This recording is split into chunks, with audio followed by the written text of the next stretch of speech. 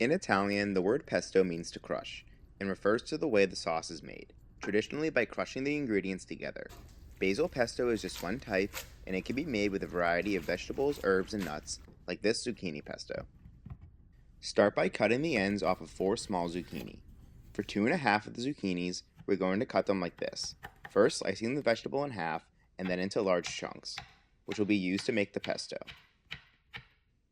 For the other 1½ zucchinis, cut them into matchsticks, first by standing up each half of the zucchini and carefully slicing them into thin planks, and then cutting those into strips. These will be cooked separate from the sauce and be mixed into the pasta.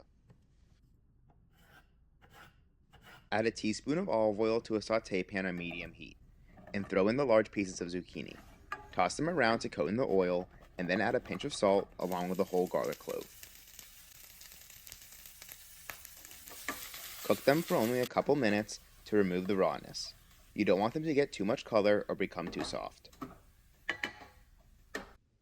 To a food processor, add a 1/4 cup of pistachios along with a couple ounces of Parmesan cheese, a small handful of basil leaves, and a couple tablespoons of olive oil.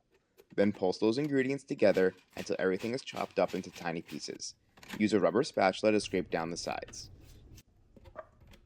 Now add the zucchini and the garlic clove along with a pinch of salt, and pulse that together until the zucchini is mostly incorporated. Scrape down the sides again, and now with the food processor turned on, add a few more tablespoons of olive oil a little bit at a time, until you get the desired consistency. It should be fairly thick but pourable, somewhere in between a puree and a paste, or like it is here. While you bring a pot of water to a boil, cook the matchsticks. Add a couple tablespoons of olive oil to the sauté pan on medium-high heat, and toss in the zucchini. Spread them out evenly so most of them come in contact with the pan. Let them fry for a couple minutes and then give them another toss. Continue to cook until most sides are golden brown. Once the water is boiling, add a couple tablespoons of salt, and then your pasta of choice. Here I used a little over half a package of spaghetti, which will go well with the zucchini strips. Once the pasta is cooked at least halfway and release some of its starch, add half of the fried zucchini to a large sauté pan and the pesto with the heat turned off. Add a large ladle of the pasta water to the pan and stir it in to form a nice sauce. I also only used half of the pesto since it was for a half package of pasta. Once the pasta is a minute before al dente, start adding it directly to the sauce. Begin to mix the pasta around with a pair of tongs to coat it in the pesto. At this point, I turned the heat on to low and then added another ladle and a half of pasta water.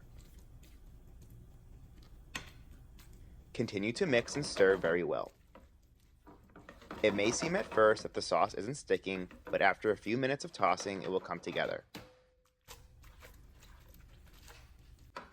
If it's too thick, you can add a little pasta water, and if it's too thin, just keep it on the heat a little bit longer while tossing, until the pasta has absorbed the sauce. It really helps if you're able to toss it in the pan quickly like this.